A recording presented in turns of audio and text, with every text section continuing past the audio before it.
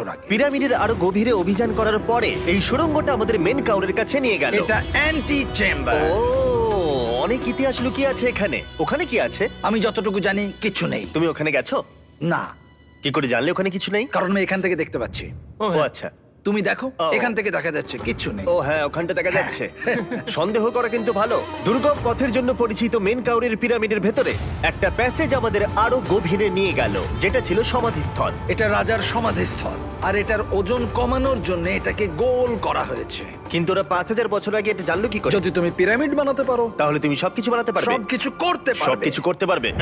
এখান থেকে বেরিয়ে এসে আমি ভাবছিলাম এর পাশে আরো 3টে ছোট পিরামিড কেন তৈরি করা হয়েছিল। এই ছোট পিরামিডগুলো কেন করা হয়েছিল? মেনকাওর এই ছোট পিরামিডগুলো বানিয়েছিলেন তার 3জন স্ত্রীর জন্য। তার মানে মেন কাউরের 3জন স্ত্রী ছিল, আর এগুলো তাদের সমাধি। হ্যাঁ, নোলান, তাই। এদিকে এসো।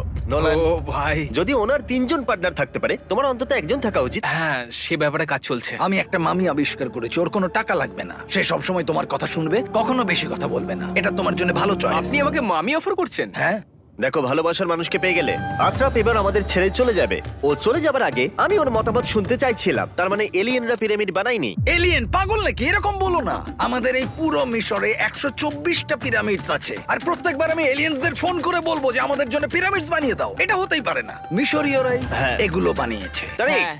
কি? এলিয়েন নিয়ে আর কথা বলবে না। তুমি তো বলছো। মিশরের মানুষ যদি বানিয়েছে। তুমি পিরামিড বানাতে পারো, তাহলে তুমি সব পারবে।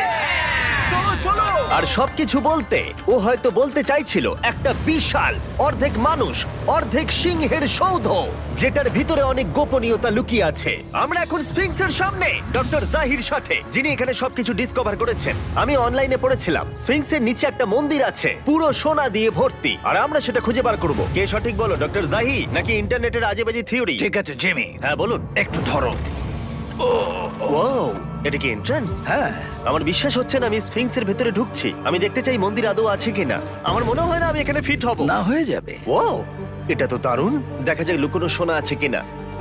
জাহি, আমি দেখতে পাচ্ছি একটা ফাঁকা গর্ত।